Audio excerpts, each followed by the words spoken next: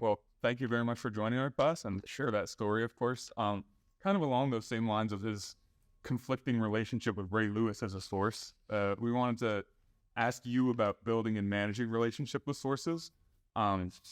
So as your relationship with athletes and coaches and executives over time has kind of evolved, how do you feel like your writing has grown with it? And then do you ever have to resist feeling like you're writing for a source rather than writing for yourself or for your audience? It's a fantastic question, Beckett. It really is, because there are so many times. Look, I know there are people who cover the NFL, and I can tell when they write something or say something on television. I can tell because I know who the agents are for these players, and I can tell when sometimes an agent has leaned on somebody to get this story out. And it's not altogether awful, or it's not altogether crooked, but I've just never liked that. And I'd say around 2005, I almost literally stopped talking to 95% of agents, because every agent always wanted something. You know what's really funny about that story, though? There's a guy named Drew Rosenhaus, who's probably the most famous agent. He's very, hey, look at me. He's got all big clients and all that stuff. And one of the reasons I like him to this day and why I love dealing with him, he was absolutely, totally upfront with what he wanted. He wanted me to do something for him, with one of his clients more often than anything else. And I oftentimes would say to him, Drew, I just can't do that. I'm going to write about this, but I can't do exactly what you want me to do. And he laughed and he'd say, well, I had to ask. But I think that is part of it. But I want to talk about sources, because I believe that sourcing and sources is the most underdeveloped part of this job.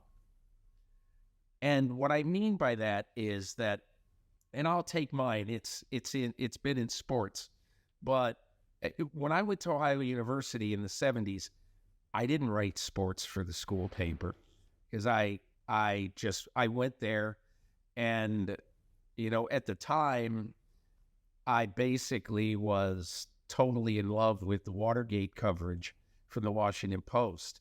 And I just really one day wanted to work for the Washington Post one day. I wanted to be Woodward or Bernstein and all that.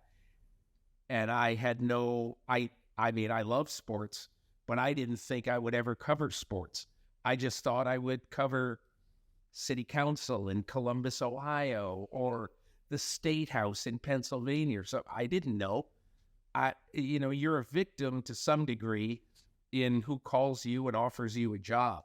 So, but I want to tell you one thing about sourcing that I think is highly, highly important.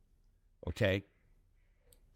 In 1995, I was a writer for Sports Illustrated, and I convinced my editor, I said, if I can find a team in the NFL that would allow me to do a story on a week in the life of that team, all behind the scenes, if they would let me do anything, let me go anywhere. And so there were two coaches who said yes. One of them was Mike Holmgren, who was at the time the coach of the Green Bay Packers. They had this young quarterback that nobody knew much about named Brett Favre, and who was kind of rising up the ladder. And so he agreed to let me do this. And I went in there, and I was out at practice one day, and Holmgren said, you can go wherever you want. You can do whatever you want. To the point where one day Holmgren said, look, I don't want you to write much about this, but I got a discipline problem on the team. So he had to call in two rookies on the team, Travis Jervey and LaShawn Johnson. Called him into his office, and I'm sitting there in back. And Travis Jervey and LaShawn Johnson had gotten a lion, a pet lion. And that pet lion, it was a cub. That pet lion was living in their apartment.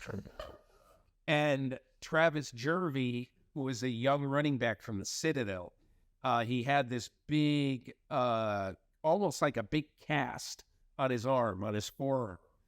And so the reason that Holmgren knew about this is that the trainer had said, hey, Mike, Travis Jervey got his arm scratched, a really deep scratch by a lion.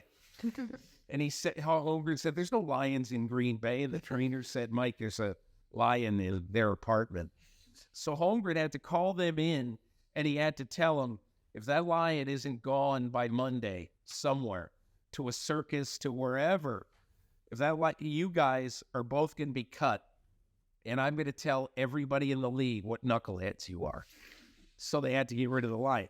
I don't know why I told that story. I think I just love it. It had nothing to do with what I was about to tell you. But at practice on Wednesday, this kind of big hulking guy with red hair walks over to me and he goes, hey, Peter King, my name's Andy Reid. I'm the tight ends coach here. I said, hey, coach, how you doing? Good. And he said, you have the job that I always wanted. I said, really? He goes, I wanted to be a football writer for Sports Illustrated.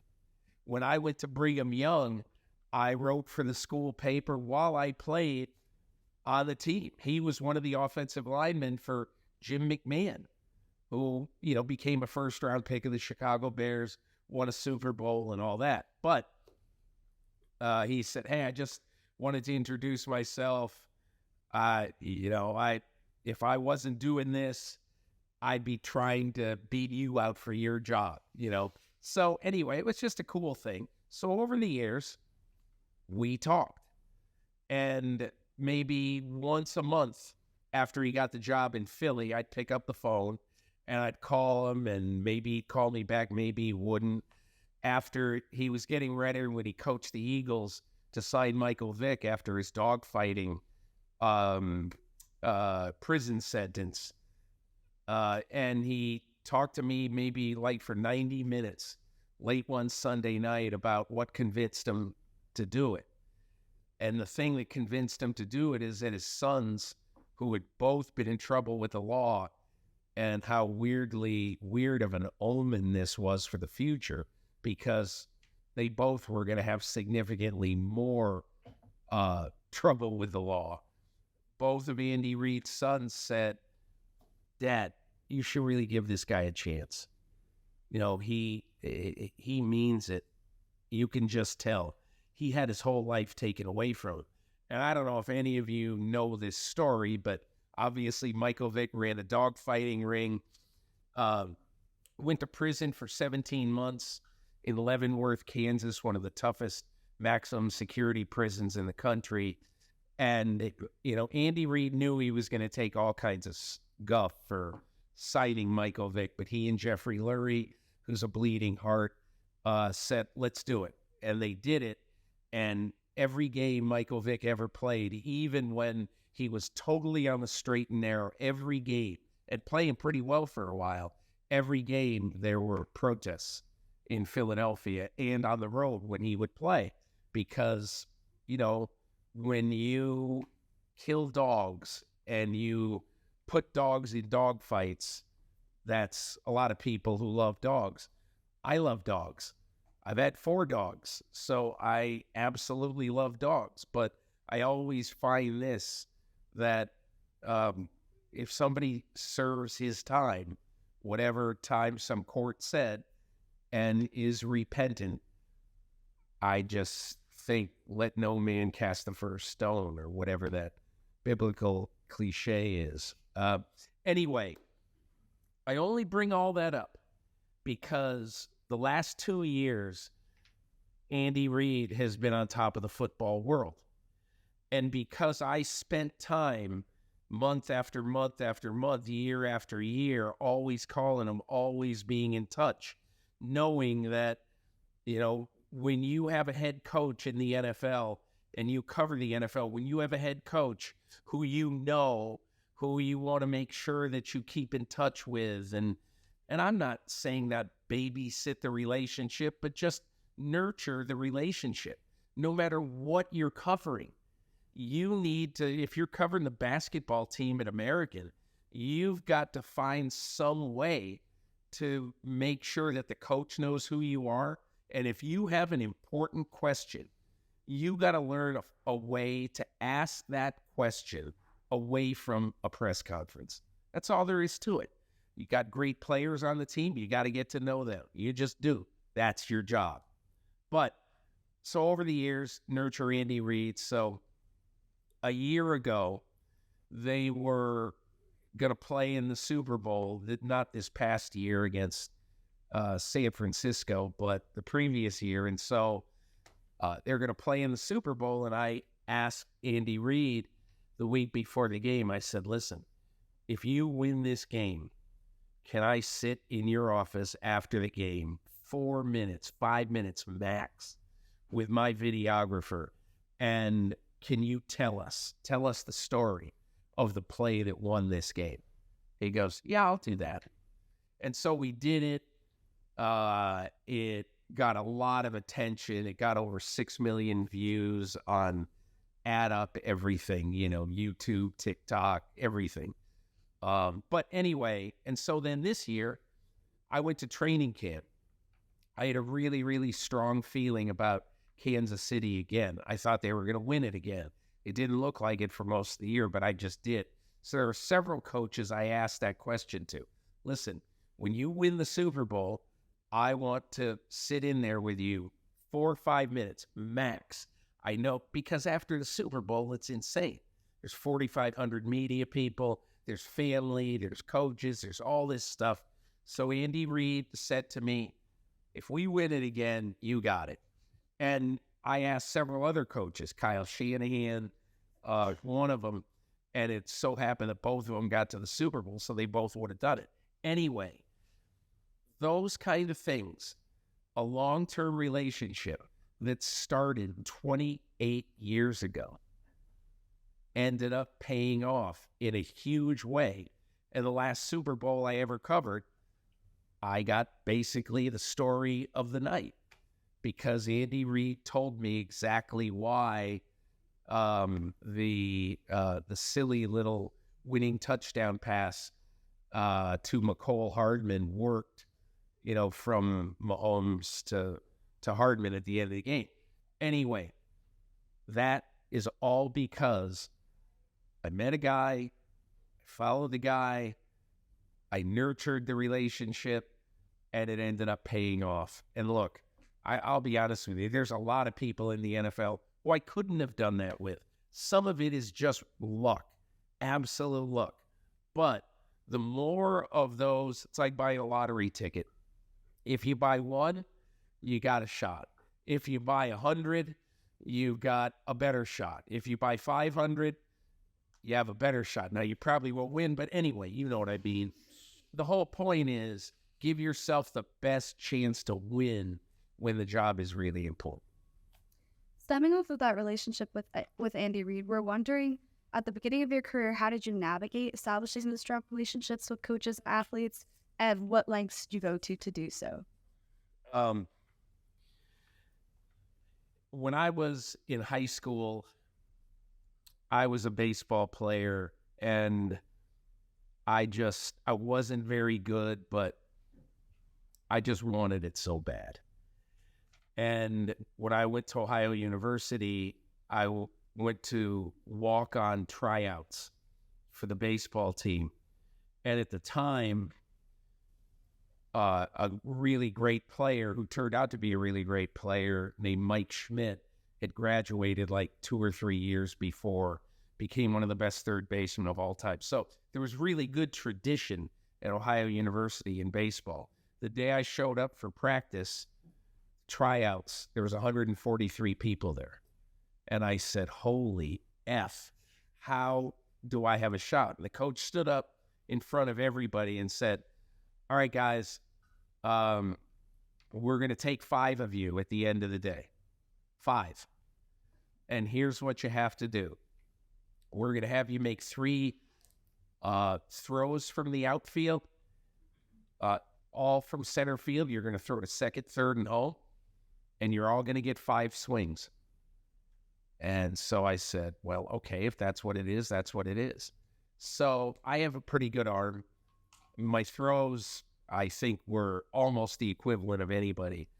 But I hit 1 ball out of the infield. I had a feeling I wasn't going to make it or be one of the 5. And I looked at some of these other kids and I said, holy cow, these guys are great. How did they not have full rides somewhere? And so anyway, it turns out I didn't make it. And my whole tryout took about 3 minutes, from the 5 pitches and the 3 throws. So I wrote a note to the coach and I just said, hey, I respect the job you have to do, but I don't think that's very fair. You have no idea if I'm a good ball player or not, based on watching me make 3 throws and 5 swings. And I understand you got 143 people. You can't do everything, but I'm just telling you, I'm better than what I showed, blah, blah, blah. So that night I'm sitting in my dorm and this coach, Jerry France, calls me and he goes, come to practice tomorrow. You can go through the whole practice with the team. So I did.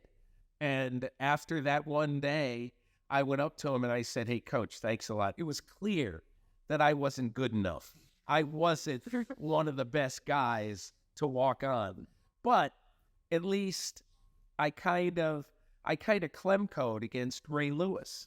I stood up for myself, And so, anyway, the interesting part about how you start in this business is, and I don't mean this in an obnoxious way, but in my opinion, and I always felt this way until about the last 10 years or so of my career, I always felt that when I walked into a press box, I looked around and let's say I'm at an NFL game and there's 200 people there.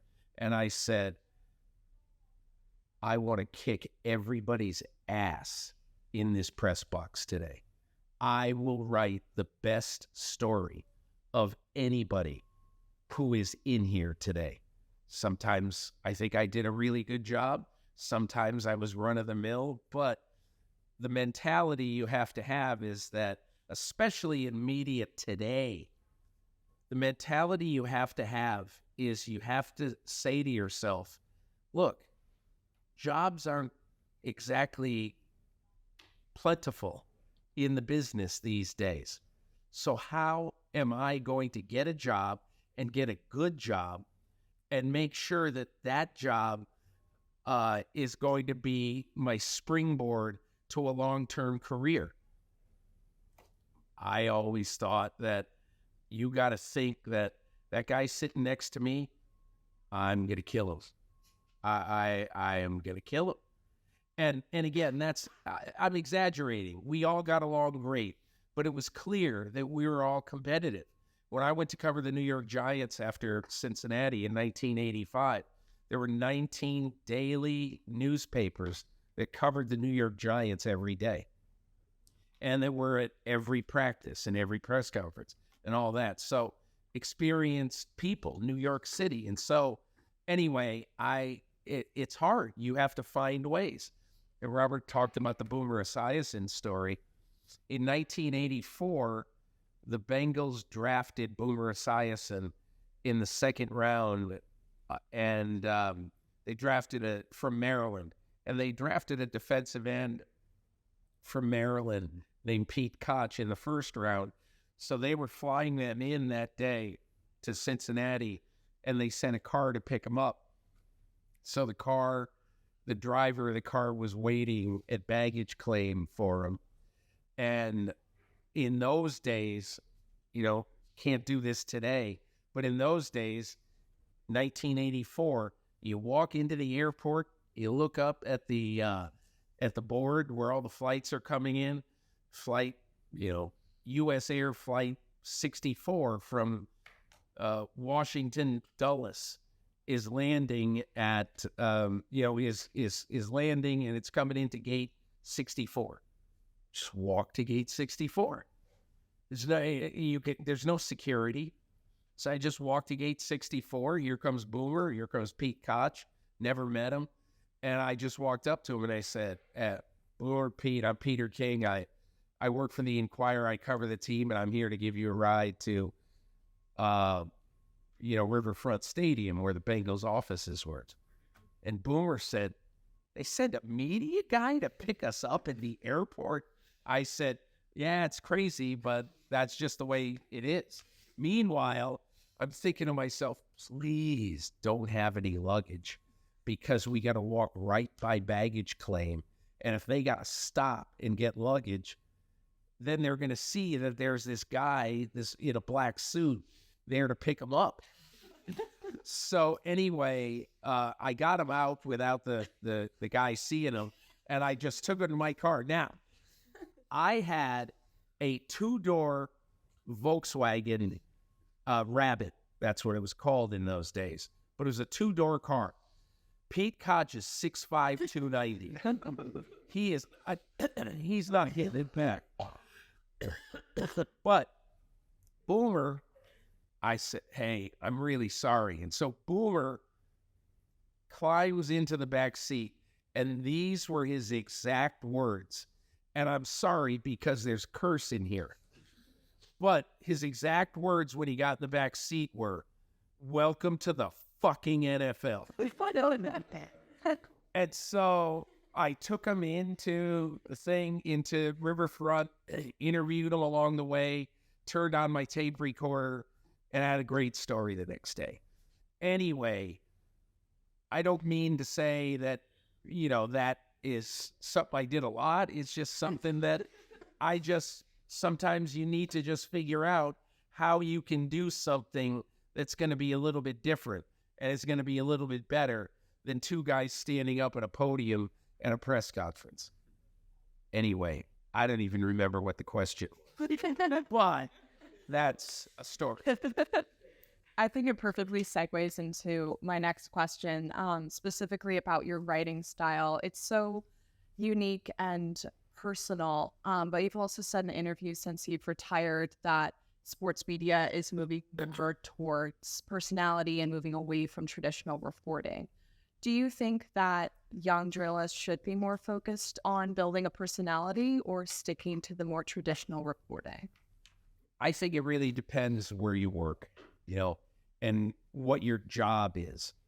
Like, Robert Klemko is covering the war in Ukraine, and he's not writing a story. Hey, I had a crappy lunch today in Kiev and blah, blah, blah. No, he's writing about life and death. So there's no farting around in that reporting. You're reporting, and he covers it does a lot of crime stories around the United States. That's not the place to say, yeah, I went out and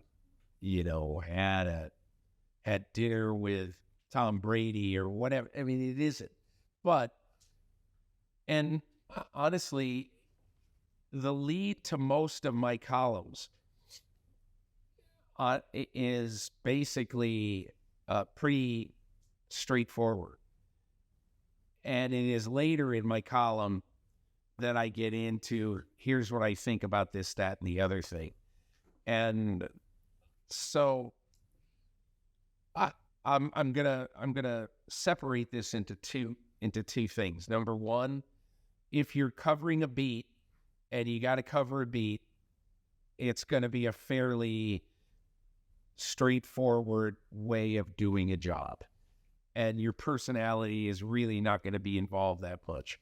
However, if you're either a columnist writing a lot of opinions, or in my case, you're writing a 10,000, 11,000 word column every week, and you've done it this particular column since 1997. And part of the reason it was started is that Sports Illustrated, my editor, said, we want to find out what life is like on the road covering the NFL, and take us into the dinner you had with Warren Sapp, or, take us into, early on, my editor suggested, it would be really fun when you go on your training camp trip, write about the food that the players eat in the cafeteria. And so for 4 or 5 years, I did that. And it was really weird. It was fun to do. When I went on the road, I would always have a paragraph in my training camp report about who had good food and didn't. And one year, the PR guy of the Indianapolis Colts said, well, I know you didn't mean to, but you got our dietitian fired. And I said, holy crap. I knew exactly why, because I gave their food a D in my column. And I said, holy. And that's when I started to think, maybe I shouldn't be doing this, because I don't want to get a dietitian fired, but I do think that the way you write and the way you communicate depends a lot on what your exact job is. So I don't think that I can sit here and say, well, everybody in here has to develop this kind of, humorous style and put yourself into every story, into every column, because that's going to get old after a while. It really is. And so if you get a job covering the Baltimore Orioles for the Baltimore Sun or for the Banner, you probably are going to write some fun stories at some point. But mainly, they want to find out, why is Jackson Holliday, why can't he hit? Or why, they're going to want to find out something about the team that you, being behind the scenes, can tell them. They don't particularly care, what funny stories you have to tell. So I think that is the way I'd answer that. When you were writing your column, and this kind of goes hand in hand with that, because you had the ability to really incorporate the setting in which you were doing your research or doing your interviews into your writing itself.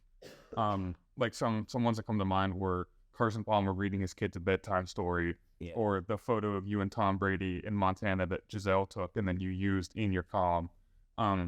What kind of message do you want to convey to your audience when you have those kind of personal moments incorporated into a greater story about football? Well, the Carson Palmer story, for instance, and for those who don't know it, in 2015, and this was a really hard one to organize, I asked about 20 quarterbacks on my training camp trip, and then early in the season, I want to do a story on a week in the life of a quarterback. But I don't want this to be some surfacey story where, I watch the game on TV and talk to you about, well, what happened on Wednesday?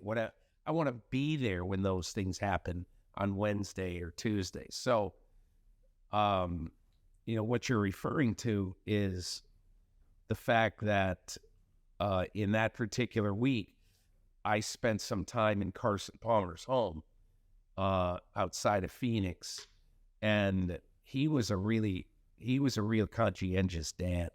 Really, for those who hear stories about absentee parents in all sorts of sports and everything, I'll tell you, Carson Palmer was really involved in his kids' lives, even when he was trying to memorize the game plan that week. But so the reason why that detail fit in that story is very simple. I wanted people to know that Carson Palmer didn't come home and shut the door to his little office and go in there for 5 hours and study his game plan for that week's game against Cleveland. I wanted everybody to know that this guy is having a fairly complete life. The Brady thing was a little bit more strange because for those who are big football fans, you might remember when the Patriots beat Atlanta after being down 28-3 in that Super Bowl. Now it was 7 years ago.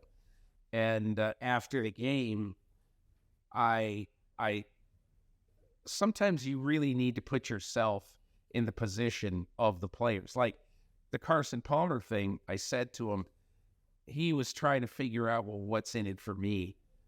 Why would I do this? Why would I potentially give away some of my secrets if I let you see everything? And I said, Carson, hey, one day your kids, he's got 4 kids. Your kids are going to say, hey, Dad, what was your job really like? Because his oldest kid was probably 5 at the time, and he was nearing the end of his career. And I said, you'll be able just to take this story out, these videos that we did, you'll be able to take this out, and you'll be able to say, hey, read this. Then you can find out. That's honestly why he did this. He did it so his children one day would be able to find out, hey, here's what Dad did for a living, for all those years. So the Brady thing was different or not altogether different, because the way I sold him on this story is, look, Jack is just really getting into football now, and your other kids are going to want to know, Dad, how did you do that?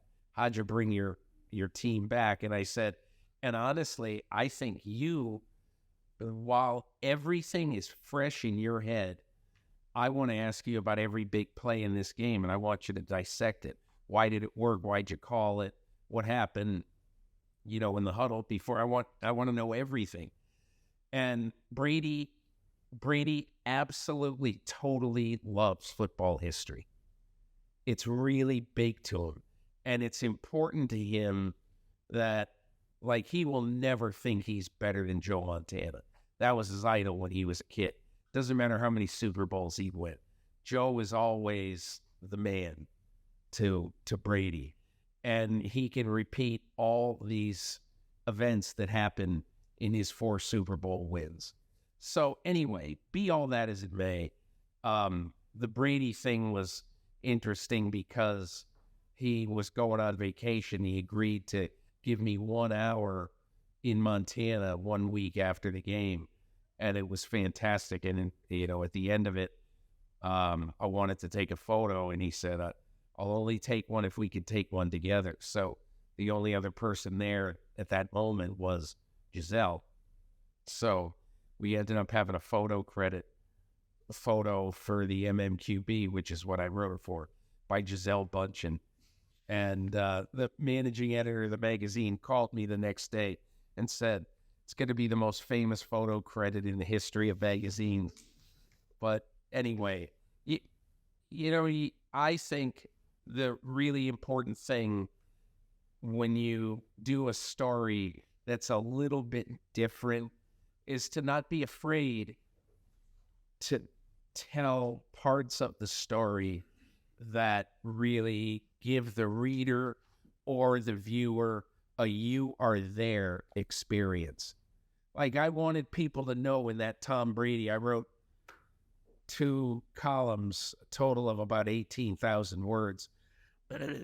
And I wanted people to know that about every 30 minutes, he took a 20-ounce bottle of lemon 0-calorie vitamin water. And he opened it up, and he took something that I read it on the side, TB12 electrolytes.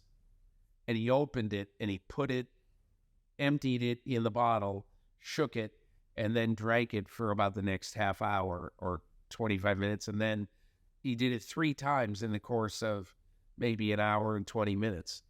The exact same thing.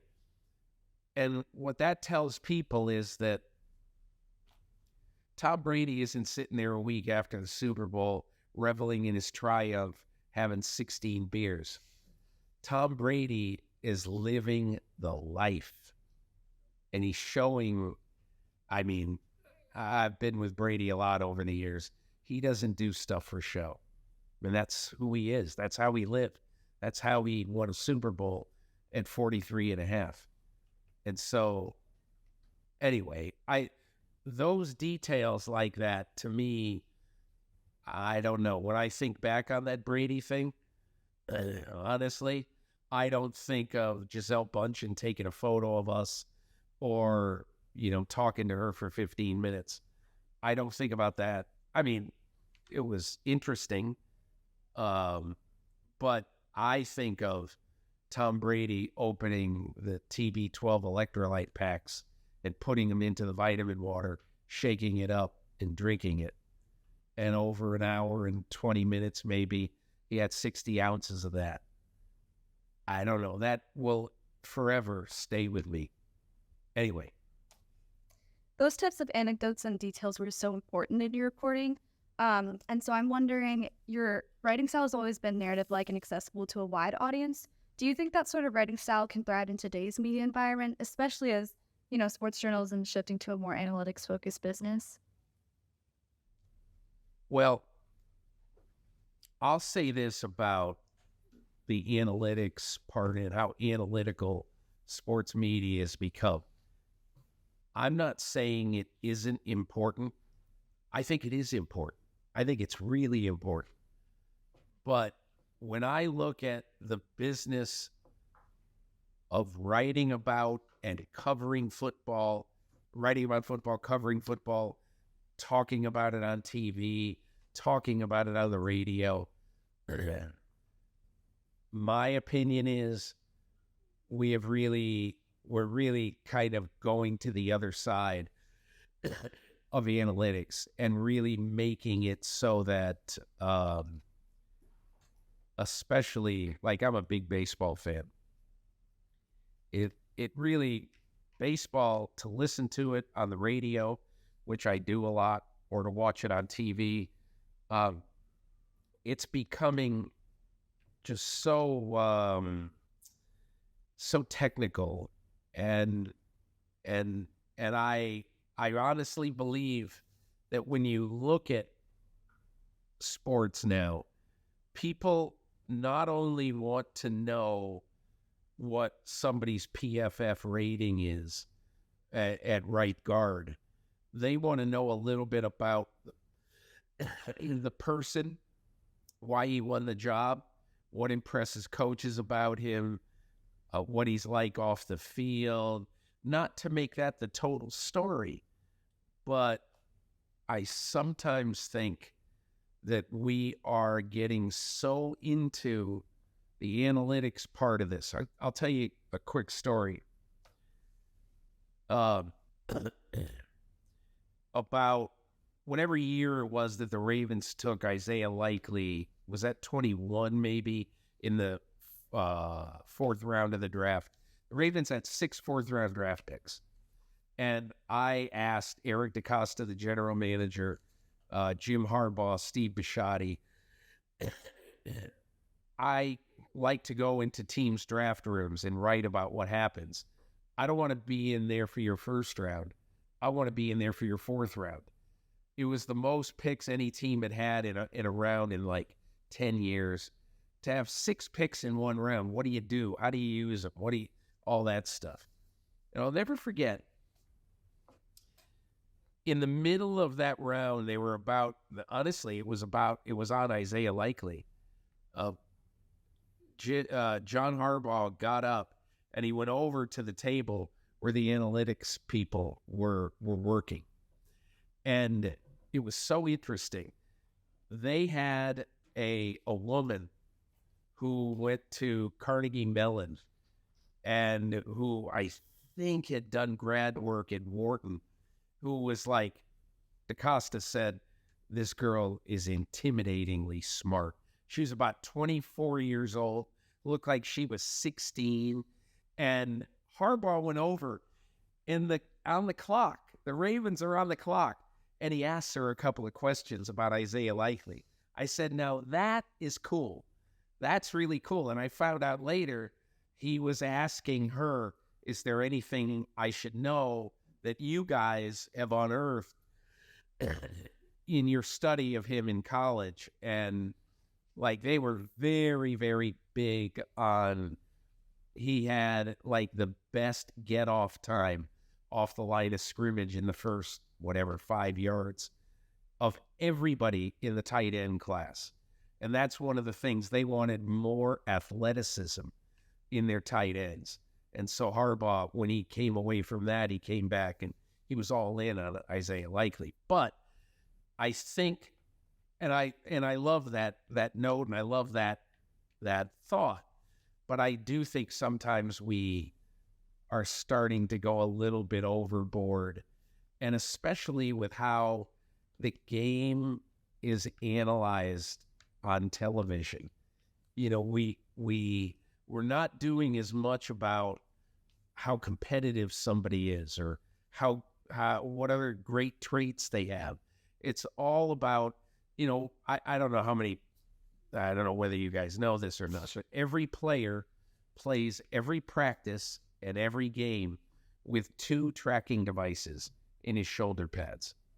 And at the end of practice or at the end of a game, the team will know exactly how much that player has run, will know exactly what level his heart rate got to, all that kind of stuff. And it's very interesting, and I think it's helpful, because if you're in Miami, for instance, and you have just run 8 miles total at a Wednesday practice, their coaching staff the next day will make that guy only practice about half the snaps, because, you know, you don't want a guy who's running 8 miles one day, 7 miles the next day. He's going to be totally in 88% humidity and everything. But anyway, those things are great. I think that sometimes we go a little bit too far with it. Kind of shifting focus a little bit. Now that you've stepped away from your column, I want to talk about your own perception of your legacy. Reading your work, sometimes it feels like you've kind of transcended the typical role of sports journalist, just because it's so much of your writing is, you know, in a way not about football or not about sports. Did you feel when you first started writing like you had that in mind, that was an intention you wanted to write with? Or do you think that over time your intention and what you wanted your audience to get out of your writing kind of shifted? I mean, in my early years writing that column particularly, I didn't, probably the first 3 or 4 years, I wrote, if it didn't have to do with football, I really did not I didn't have movie reviews or whatever. I didn't say, here's my favorite beer. But as time went on, I think it really started, and this is when a lot of people quite literally just stopped reading me, because I have this opinion of the off season in football, and that opinion is that the NFL basically uses the media as to do commercials for football in the off season. There's really not very much happening in the 10 weeks between the draft in late April and then when training camp begins in late July, 11 weeks. And I'm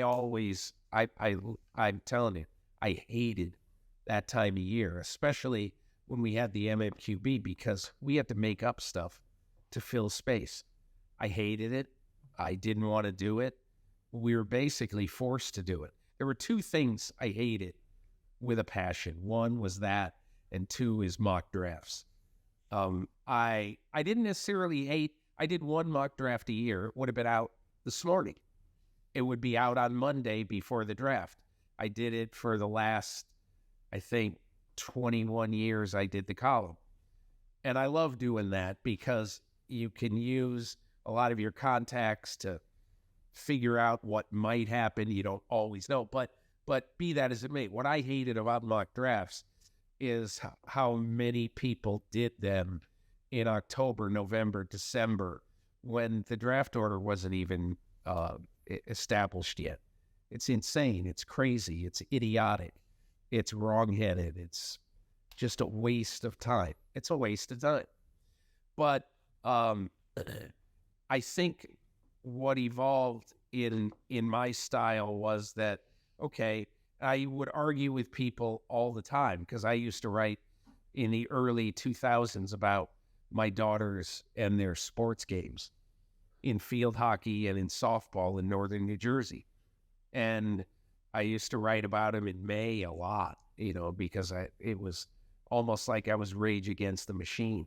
I'm not going to keep feeding the animal of this nothing's going on in the NFL. Let's invent some crap and throw it in there. So, but anyway, I did a lot of that, but mostly my stuff was like toward the end of the column, the last section of my column, I would write about maybe 1,500 words about here are 5 stories I saw in the media this week that I want to highlight, and I'd put the links to them and I'd say, you should go read them if you can, and I thought they were, really good.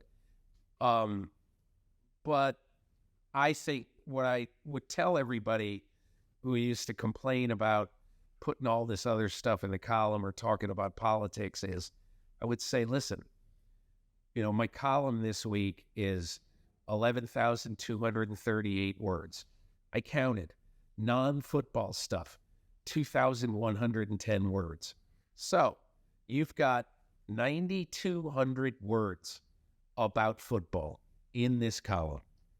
That is 3 times as much as any other column written about the NFL this week. So if you want to throw away the column because you don't care what I think about, this new IPA in Portland, Maine, okay. But I'm not going to change what I do in try to be a little bit well-rounded in what I write because you object for 1/5 of an 11,000 word column. You object to me putting my personal opinions on things in there. Anyway, that's kind of how I feel. But as far as, kind of legacy goes, I would hope 2 things. One, that people would see that there's a way, even in this world, in the NFL coverage where, as I say, there are 4,500 people at the Super Bowl all trying to find something that is interesting compared to what everybody else is writing.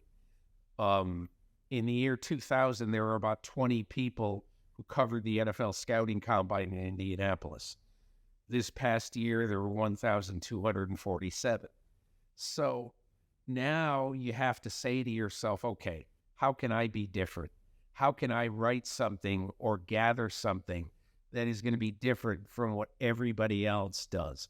Because the vast majority of people at the scouting combine, every player at the scouting combine, I guess with the exception this year, I didn't go this year, but I guess with the exception this year, Marvin Harrison, every player talks to the media for 20 minutes. And so everybody listens to what they say, and the 1,247, probably 1,200 are basically every day writing or doing sound bites about what so-and-so said today. What did Caleb Williams say? What did Drake May say? All that stuff. So that, I don't mean to demean that because that is part of what it is. But also, the thing that I think is so colossally boring is just piggybacking on what everybody else does. You got to think of things that are different. Your goal should be, I am not going to write the same thing as the 9 other people who are covering this game are going to write. I am going to find something different. And that's what I always try to do. So hopefully, my legacy would be both in terms of the things that I wrote that certainly not every week or every time I wrote my column or I wrote a long story, that it could be different from everybody else. That's impossible. But there would be many times, 6, 8, 10 times in the course of every year, you look at something that I wrote, 10 years from now and say, wow, I didn't know that. And so that is one of the things. The other thing that I would hope is, I take I'm proud of these people. I'm proud of Robert for being at the Washington Post, for teaching in American. I'm proud of Emily Kaplan, who her first job out of Penn State was at the MMQB at SI. And now she is between the glass for ESPN on TV in hockey, which, I mean, go predict that. But Jenny Vrentas is at the New York Times now as an investigative reporter. Kaylin Kaler is an incredible young reporter at The Athletic. You guys talked to her earlier this term.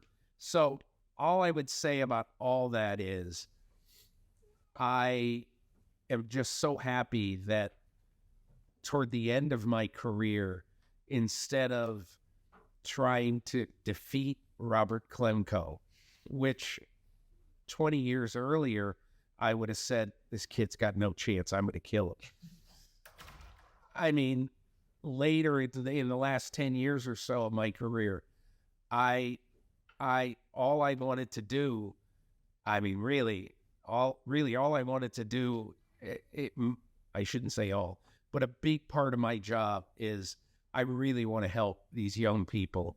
And I want to leave just a little bit of myself in these young people. And so that gives me tremendous pride. At the last Super Bowl I covered this year, I had 20 young media people out to dinner on Wednesday night in Las Vegas. And we had the coolest time. I'll tell you what we did. We went around the table and I said, I want everybody in here to think of a story they did in the past year. Everybody in here. And I want you to talk about that story and tell people at this table something that will help them do their jobs going forward. And it was 2 hours of fantastic journalism conversation. And those are the things, honestly, that's 84 times more important to me right now than getting Andy Reid alone for 11 minutes after the game to talk about the winning touchdown pass, even though that's damn important to me too. But this other stuff, we need to help each other now in this business because it's so hard. It really is a hard business.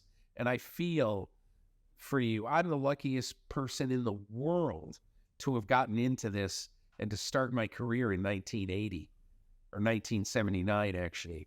But because there were a lot of jobs then. There aren't a lot of jobs now. And I understand it's going to be highly, highly competitive and you're not going to make it a lot of money, and I get it.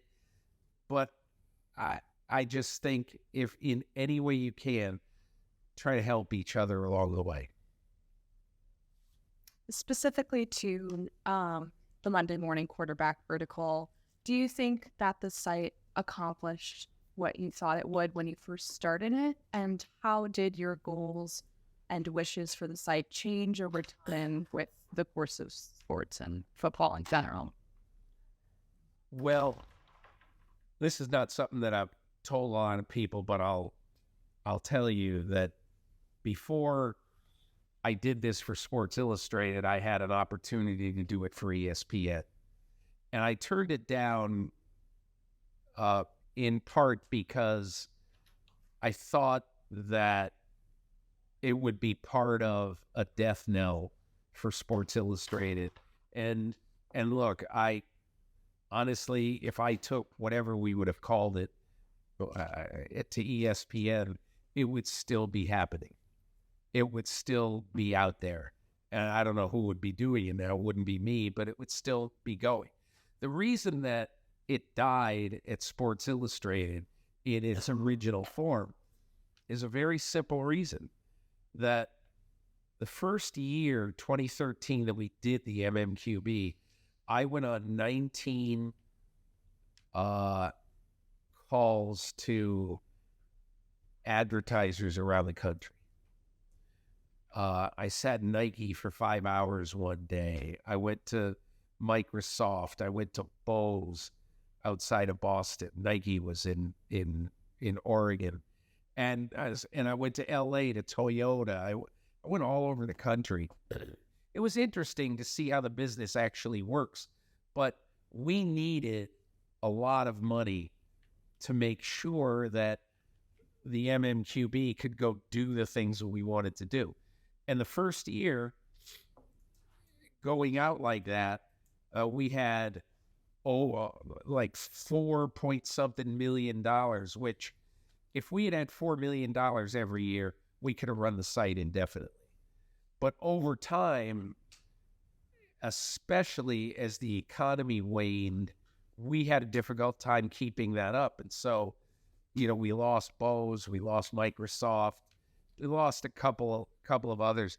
And what I think has to happen for smaller sites to work is you almost have to do something that nobody else does. And I thought we did really great in-depth coverage of the NFL.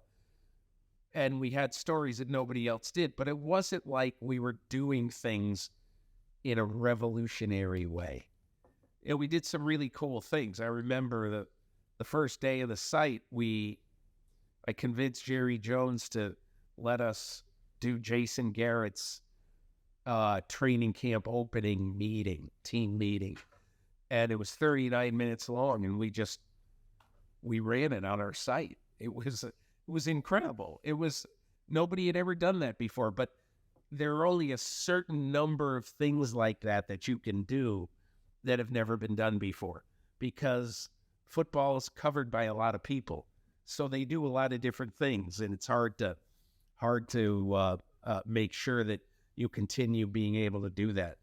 So I love the fact that the MMQB had such great stories over the years that, Robert Klemko, basically, he and Jenny Varentis got to the bottom of Brady's stolen jersey in the Super Bowl. And there were all kinds of great things I think we did, but they were basically journalism things. And I think in many ways, a site like that has to have more of the bells and whistles that I just didn't know how to provide. And I'm not sure in the NFL that you really can provide the kind of bells and whistles you would have needed to keep that alive for forever. You sort of touched on this a little bit, but shifting away from that, looking back on your lengthy career, is there something in particular that you're most proud of? I would say I always hate when it's called access journalism, because that implies that the only reason you got this story is that you were inside something. I've been in 11 draft rooms over the years, and very rarely has anybody been in a draft room. I did a week in the life of an NFL officiating crew, went on the road with them and saw their real lives, the back judge in this officiating crew. As a social studies teacher in Grand Rapids, Michigan, I went to a day of classes with him. And so I don't know exactly what I might call this, but I think if people would sort of, would look at some of the things I've done, it would be that I had a journalism professor at Ohio University who told me once, your job is to take people where they can't go and tell them things they don't know. And I always thought that that was about the most important thing I could do. You know, they can't go to a ski resort in Montana a week after the Super Bowl and spend an hour and 20 minutes with Tom Brady. I can. So my job is to make that cogent, interesting, enlightening, and worth your time if you're going to spend 18,000 words reading it. And so those are the kind of things that I really would hope that people would sort of take from my career. But I think the one other thing that I would say is that no person in this business exists in a vacuum. And I've had incredible help over the years, and I've been really, really fortunate. I got to Sports Illustrated when I was 31 years old. And, you know, in those days, 1989, working at Sports Illustrated, people will laugh at this now because of what the two entities are. But Sports Illustrated in 1989 was more powerful than ESPN.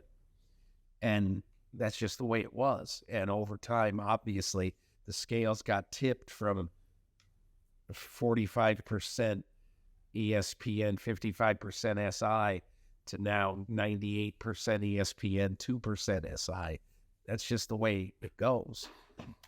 But in those days, talk about the amount of people you could call on to help you do your job. So those are the kind of things that I'm grateful for, to have been surrounded by so many people who are really at the top of their profession. Before we get into our last question, I just want to say thank you so much for talking to our class, and I'm sure that everyone in the room is going to have some interesting questions. Sure. The last one from us is going to be for those of us who want to be professional storytellers, and many of us in the room are going to graduate very soon in 2 weeks, so this is especially important for those of us who are going into the world so soon. But what is kind of the one thing that we need to know to be a storyteller? Be curious. Got to be curious. If you're not curious, I just don't think you're going to do very well at this job. You know, it's interesting. I woke up a few days after I retired, and I'd been having these dreams about, not necessarily about what I was going to do next, but I've been having these dreams about different jobs. And I don't know why I was, but like my brother-in-law works at a mortuary. And I was thinking, I wonder what his job is like. And I found myself, I dreamed one night about, you know, embalming somebody. And it's just the weirdest things. And you wonder, what are you going to do? But so I woke up one night, this was a week or so after I retired, and I found myself starting to think about a story I'd want to do at the scouting combine. And I woke up and I said, I'm going to attach myself. I don't know Caleb Williams. I'm going to attach myself to Caleb Williams. And I'm just going to watch how he interacts with everybody. Is he a guy who is a likable guy? Is he not likable? And I found myself just thinking about that. And then I knew I wasn't going to do that. But I was saying, if I did go to the scouting combine, what would I be doing this year? I'd attach myself to Caleb Williams, and I'd try to find out everything that I could about his personality and blah, blah, blah, blah, blah. And I'm still curious about that, interested about that, because of everything I read out of the scouting combine and out of the last few weeks. And look, Caleb Williams doesn't make it easy. He has no desire whatsoever to be interviewed, to let people know who he is, which is fine. That's his right. But that is what I'm most curious about, and I still don't know it. You know, so I just think that everyone who goes to a sporting event, let's say, or everyone who is going to cover on Capitol Hill. I'm a little bit of a political nerd, and I was fascinated to see Mike Johnson kind of change his stripes and say, okay, now I'm going to be for funding for Ukraine. Whereas 2 months ago, he scuttled the deal. What happened? And I don't really know what happened, but I read a lot about it. And I think the best reporters are the ones who tried to get into his head, try to find out what changed in the last 2 months. And I don't know that anybody really knows, but I do think that your job is to look at events that everyone is talking about and try to say, okay, how can I tell people things that they don't know? What is my level of curiosity about this? And I think if you're curious, that goes an awful long way in this business. The one other thing I would say is, and again, I know that these days that it's inescapable to have your face in your phone a lot. But the one thing, I used to tell my own kids this, one's 41 and one's 38 now. But I used to just say, listen, for 2 hours every day, you got to put your phone away and you got to do something else. And so we made them basically put their phone in a drawer. And shoot, that was 20 years ago. And so I think it would even be harder now because it's become even more a more irreplaceable part of your life. But, there's nothing wrong with, I spent the whole time on the train down here today reading a book, which I don't do enough of, but I really like books. And you realize how much you really like books when you get into a really good one after not having read one for 8 months. You say, how did I get away from this? I got to be reading more. So I think reading is great, but curiosity, get away from your phone, read a book. Those would be my 3 things. Well, I think we have some time for questions. Yeah. Did any of you guys have any questions for Peter before we let him know? Go look. Honey, so obviously you're retired now with an asterisk on it. But since you left the space, I was wondering if there's any columnists or anyone still working in the space that you would recommend us to read now that obviously you kind of let your money work. Well, there's a young guy named Ben Solak. He works for the Ringer. He's 26 years old. And he went to the University of Chicago having no thought or interest. He was a huge football fan, but he went and majored in I don't know what. But and I talked to him. I think he's incredibly insightful about football and about teams. And I had a long conversation with him at the Super Bowl this year, and I said, you have a chance to be a Mount Rushmore person in the sports media. But I said, there's one thing that you need to do. I said, you're incredibly good writer, clever, good wordsmith, all that. But every time I read you, you don't have any real insight on who these players are, who these coaches are. You have really interesting theories about games and why certain plays happen, why they work, why this defense stinks, why this coach is good, whatever. That's good. That's fantastic that you know this much at age 26. However, the only way you're going to be really great at this game is if you can sidle up to Patrick Mahomes after a game and ask him 2 questions, important questions, by yourself, away from the press conference. So you have to become so good that Patrick Mahomes says, hey, how you doing, Ben? And that. So I like Ben Solak. I love Dan Pompei. He works for The Athletic. He writes really, really good profiles. Smart guy. Wish we had hired him at the MMQB a long time ago, and I didn't. And then there's some young people, and I'm really, really proud of, or what I'm proud of is that there's so many women right now who are just killing it, like Kaylin Kaler, who used to work for us at the MMQB. You know what Kaylin Kaler's history is? She's 31 now. You saw her on the thing. I have no idea if she even told you this.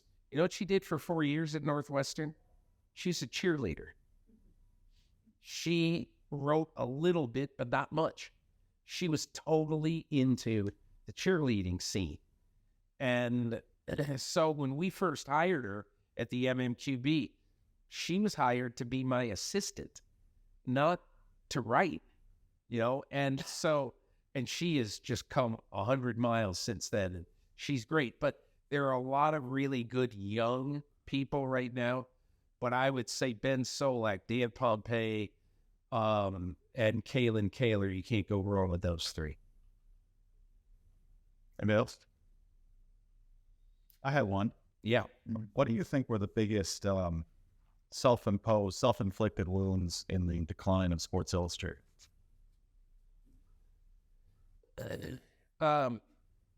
In the early 90s, SI had an opportunity to buy maybe a 40% stake in ESPN.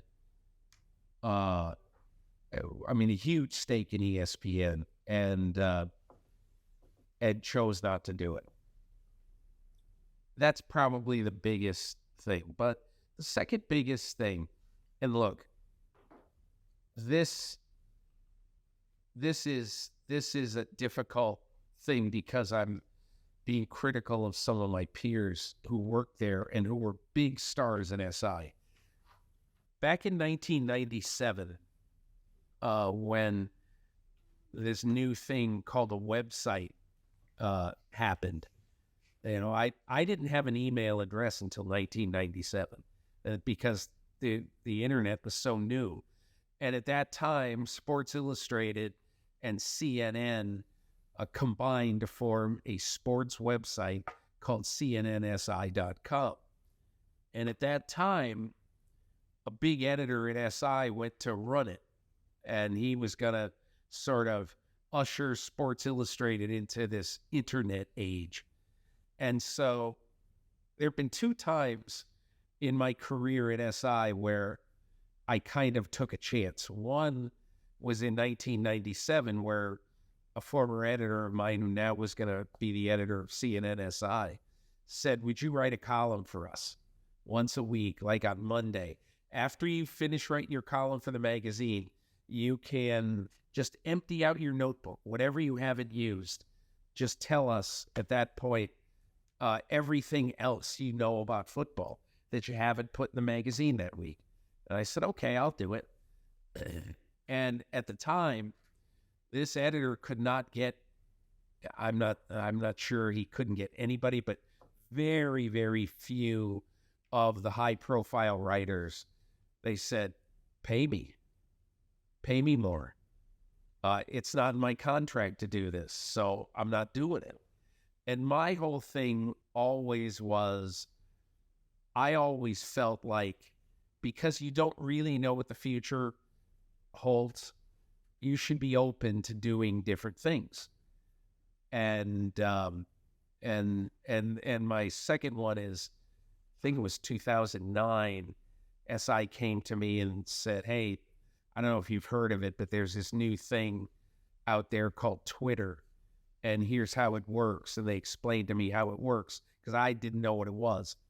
And they said, you go on it, and once a day, 10 minutes, just to interact with people, because they will come out of the woodwork to talk football. And sure enough, they were right. I'd find 10 minutes every day. And after a while, because football was on fire and not very many other people covering the NFL were doing this, I don't know, probably after a year or so, I had like 1 million followers. And I didn't really know exactly why, but they said, it's very simple. People know you are touching Tom Brady. So if they have a chance to touch you, it's like the Kevin Bacon 6 degrees of separation. You're 2 degrees of separation from Tom Brady. And I said, okay, I guess. So I got into it a little bit. It ended up being a cesspool, but that's the way life goes sometimes. But I think there's sort of a lesson in that, and that is that, you know, you should be open to things because we have no idea. 5 years from now, you have no idea if podcasts are going to rule the world, if newspapers will make a comeback. I doubt it, but you just have no idea what is going to happen. So you need to be open to doing things, and you need to sort of say to yourself, okay, I have a little bit of extra time. Let me go on Threads and see if I can develop a little bit of following in whatever my area of expertise is, or whatever.